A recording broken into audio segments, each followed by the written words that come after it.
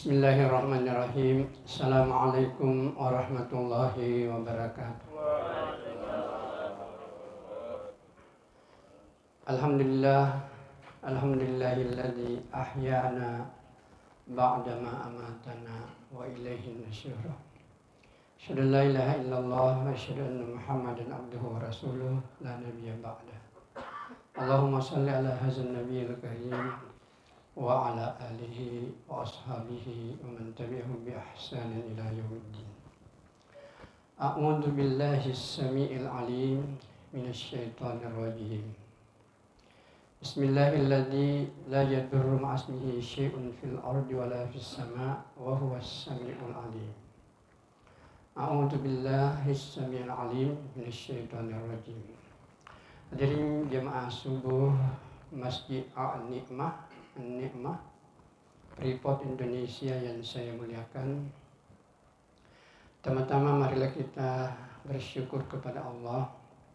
Kita telah melaksanakan suatu kewajiban besar, yaitu sholat subuh dengan berjamaah.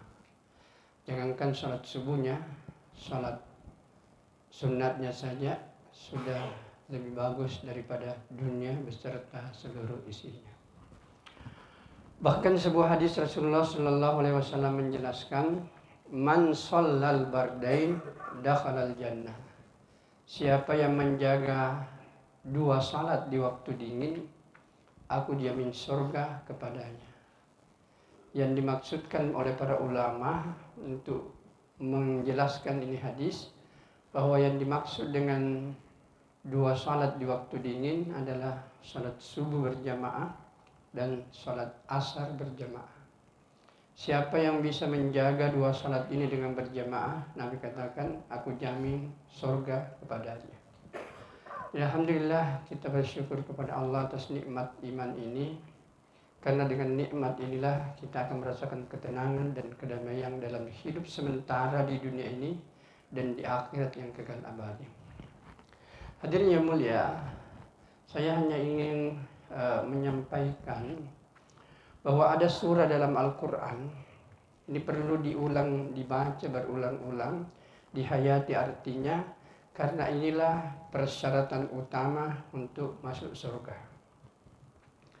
Imam Syafi'i, seorang ulama besar, berkata, seandainya Al-Quran tidak diturunkan 30 juz, maka cukup surah ini menjadi pedoman bagi kita. Jadi saya ulangi, Imam Syafi'i rahmatullahi alaih mengatakan, seandainya Al-Quran tidak diturunkan 30 juz, maka memadailah surah ini menjadi pedoman bagi kita. Surah ini adalah surah yang terpendek dalam Al-Quran.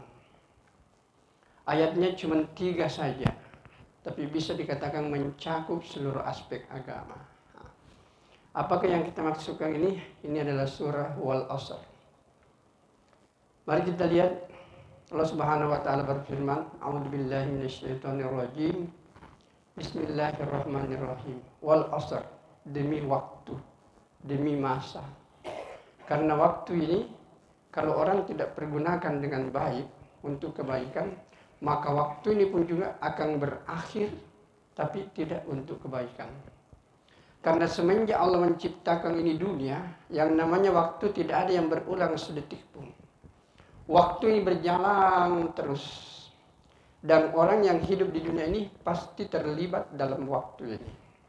Dan Nabi katakan dalam sebuah hadis, laisa yatahassaru ahlul jannati yaumal qiyamah illa sa'ah marrat bihim lam yadhkurullaha ta'ala fiha. Tidak ada yang paling disesali. Bayangkan bapak-bapak, sudah masuk surga. Tidak ada yang paling disesali orang yang sudah masuk surga. Sudah masuk surga masih menyesal. Apa yang disesali kata Nabi? Ada waktunya berlalu 1 detik, dia tidak isi zikir kepada Allah Subhanahu wa taala. Kalau hadis ini dipakai sebagai pedoman, maka saya dan bapak-bapak kita akan terbuka peluang untuk menyesal. Karena begitu banyaknya waktu yang terbuang, kita tidak isi zikir kepada Allah. Nah, untuk menutupi kekurangan ini, ada jalan keluarnya. Hendaklah kita banyak taubat dan istighfar kepada Allah Subhanahu wa taala. Hadirin yang mulia, jangankan kita, Nabi sendiri itu paling sedikit dalam hadis katakan dia bertaubat istighfar paling sedikit 70 kali dalam satu hari. Padahal Nabi dijamin masuk surga.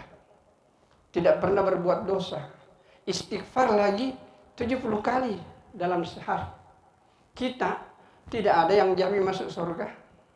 Kita berlumuran dengan dosa, tidak pernah lagi istighfar. Nauzubillah min dzalik. Maka oleh karena itu, banyaklah kita istighfar. Paling sedikit bacalah 100 kali. Astagfirullahaladzim, astagfirullahaladzim, astagfirullahaladzim. Bahkan sangat dianjurkan, di samping istighfar itu, baca juga subhanallah, walhamdulillah, wala ilaha illallah, Allahu akbar. 100 kali pagi, 100 kali sore, Pak. Mungkin di tempat kerja kita bisa baca subhanallah, alhamdulillah, la ilaha illallah, Allahu akbar. Kemudian yang ketiga, jangan lupa salawat, Pak. Setiap hari salawat. Mungkin di tempat kerja kita bisa salawat. Allahumma shalli ala Muhammad wa ala alihi.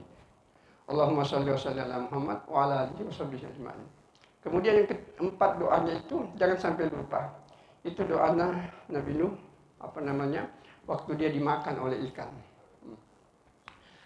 Yaitu Rabbana la tuzigh qulubana, bukan. La ilaha illa anta subhanaka inni kuntu minaz zalimin. Baca 100 kali. Maka doa-doa ini, maka insya Allah akan memberikan ketenangan kepada kita. Jadi yang pertama itu adalah demi perjalanan waktu manusia akan rugi. Yang dimaksud dengan rugi kan lawannya untung. Orang yang untung masuk surga, orang yang rugi masuk neraka. Jadi kalau kita tidak mengamalkan ini, maka kemungkinan besar kita akan terlempar ke jurang-jurang api neraka. Yang pertama itu adalah iman. Artinya setiap hari kita harus memperbaiki ini iman. Iman artinya sederhana saja, yakin dengan seyakin-yakinnya tidak ada yang bisa memberi manfaat dan mudarat kecuali Allah. Ini yang harus kuat ini. Tidak ada yang bisa memberi manfaat dan mudarat, hanyalah Allah Subhanahu wa taala. Kita ambil bagaimana aplikasinya, Pak, sederhana saja. Bapak ambil taruhlah kita sakit, kita memakan obat. Jangan yakin bahwa obat bisa menyembuhkan. Katakan, wahai obat bisa menyembuhkan, berhajat kepada Allah. Allah bisa menyembuhkan, tidak berhajat kepada obat. Jika Allah menghendaki, obat bisa menyembuhkan. Jika Allah menghendaki, obat tidak bisa menyembuhkan. Jika Allah menghendaki, tanpa obat pun Allah bisa menyembuhkan. La ilaha illallah. Semua persoalan bisa dimasukkan di sini. Kalau sebelum makan, katakan kepada nasi. Nasi tidak bisa mengenyangkan. Yang mengenyangkan adalah Allah. Nasi bisa mengenyangkan, berhajat kepada Allah. Allah bisa mengenyangkan, tidak berhajat kepada nasi. Jika Allah menghendaki, nasi bisa mengenyangkan. Jika Allah menghendaki, nasi tidak bisa mengenyangkan. Dan jika Allah menghendaki, tanpa nasi pun Allah bisa mengenyangkan. La ilaha illallah. Kemudian seperti uang misalnya. Kalau dapat uang, Pak, jangan yakin bahwa uang bisa membahagiakan. Katakan uang tidak bisa membahagiakan. Yang membahagiakan adalah Allah. Uang bisa membahagiakan, berhajat kepada Allah. Allah bisa membahagiakan, tidak berhajat kepada uang. Jika Allah menghendaki, uang bisa membahagiakan. Jika Allah menghendaki, uang tidak bisa membahagiakan. Jika Allah menghendaki, tanpa uang pun Allah bisa membahagiakan.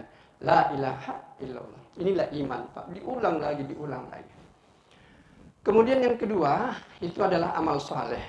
Dan amal saleh yang paling tinggi nilainya, saya sudah sampaikan adalah sholat. Peliharalah sholat ini betul-betul. Bahkan hadis yang kemarin kita sampaikan, ada 3 hal yang perlu dipelihara di sungguh-sungguh setelah iman. Yang pertama, sholat berjamaah. Kemudian yang kedua, Bapak-bapak dan saudaraku yang mulia, zakat. Zakat ini perlu, Pak, ditunaikan. Itu nisabnya zakat, ya kita ambil yang maksimal. Itu 90 gram emas. Nah, jadi kalau ada orang yang penghasilannya 95 gram emas dalam 1 tahun, itu wajib zakat. Taruhlah misalnya gaji kita 10 juta misalnya, berarti penghasilan kita 120 juta per bulan, per tahun. Itu sudah wajib zakat. Berapa nisabnya? Sederhana saja, Pak. Kalau kita punya uang 10 juta, zakatnya itu adalah 250 ribu per bulan. Kasihlah kepada orang-orang fakir miskin. Sehingga rezeki yang kita dapatkan itu bisa berkah di hadapan Allah Subhanahu wa taala. Kalau perlu cari orang penghafal Quran, Pak. Cari penghafal Quran, biayai dia sampai selesai dia hafal Quran. Maka selama dia membaca Al-Quran, pahalanya akan terus mengalir kepada bapak-bapak dan saudaraku yang mulia. Hadirin yang mulia, kemudian selanjutnya puasa Ramadan kita sudah laksanakan, perhatian baik-baik. Jadi salat 5 waktu berjamaah diperhatikan, puasa Ramadan yang wajib-wajib, kemudian zakat. Kalau ini dikerjakan, Pak, insya Allah mudah untuk masuk ke surganya Allah Subhanahu wa Ta'ala. Maka hadirin yang dimuliakan oleh Allah Subhanahu wa Ta'ala, kemudian wa amilus shalihat wa tawassaw bil haq wa tawassaw bis sabr. Saling menasihati, Pak. Ini yang harus ada ini. Kalau ada teman kita agak kurang rajin lagi, datangi lagi, saling menasihati. Silaturahmi saja, ajak dia untuk mengerjakan kembali amal-amal kebaikan. Wa tawassaw. Jadi agama ini, Pak, 3 saja. Nah, sebagai penutup, saya ingin menekankan agama ini 3 persoalan besar. Pertama, pelajari. Yang kedua, amalkan. Dan yang ketiga, sampaikan. Saya, Pak, selama di sini, saya sudah keliling-keliling ini, senang memang lihat banyak buku. Saya keliling-keliling ini, ada satu buku yang saya cari, tapi saya tidak temukan. Ini harus dibaca bersama-sama, Pak. Kitab Riyadhus Shalihin. Ini kitab disetujui ulama seluruh dunia sebagai buku pedoman dalam mengamalkan ini akhlak-akhlak agama. Riyadhus Shalihin. Di sini ada buku Fadilah Amal, bisa dibaca, Pak, bersama-sama. Ada Irsyadul Ibad, Nasahul Ibad, ada juga Kifayatul Akhyar. Cuma ada di sebelah sini ada buku yang namanya Mukhtarul Hadis, tapi bahasa Arab. Saya yakin mungkin 1-2 yang diantara bapak-bapak yang bisa paham. Jadi buku-buku yang saya sebutkan tadi, Fadilah Amal, baca bersama-sama, Pak. Kemudian Irsyadul Ibad, Nasahul Ibad ada di situ. Kemudian ada lagi saat di situ Mukhtarul Hadis. Hadirin yang dimuliakan oleh Allah Subhanahu wa Ta'ala, mungkin yang paling saya inginkan bapak-bapak, tolong hadirkan buku Riyadhus Shalihin. Riyadhus Shalihin ini tidak seberapa harganya, paling 100.000 sudah cukup. Apalagi kalau ada yang bapak mau menyumbang, beli di kota, bawa ke sini, alangkah pahalanya akan terus mengalir. Hadirin yang mulia, tolong ini ayat tadi, surah ini dibaca berulang-ulang, diulangi lagi, surah Wal-Asr. Kalau bapak memahami artinya itu, maka kehidupan akan jadi baik. Jadi pertama, pelajari. Yang kedua, amalkan. Yang ketiga, sampaikan kepada orang lain. Kalau begini cara kita beragama, insya Allah agama akan tersebar dan kehidupan ini akan tenang, bahagia, dan damai.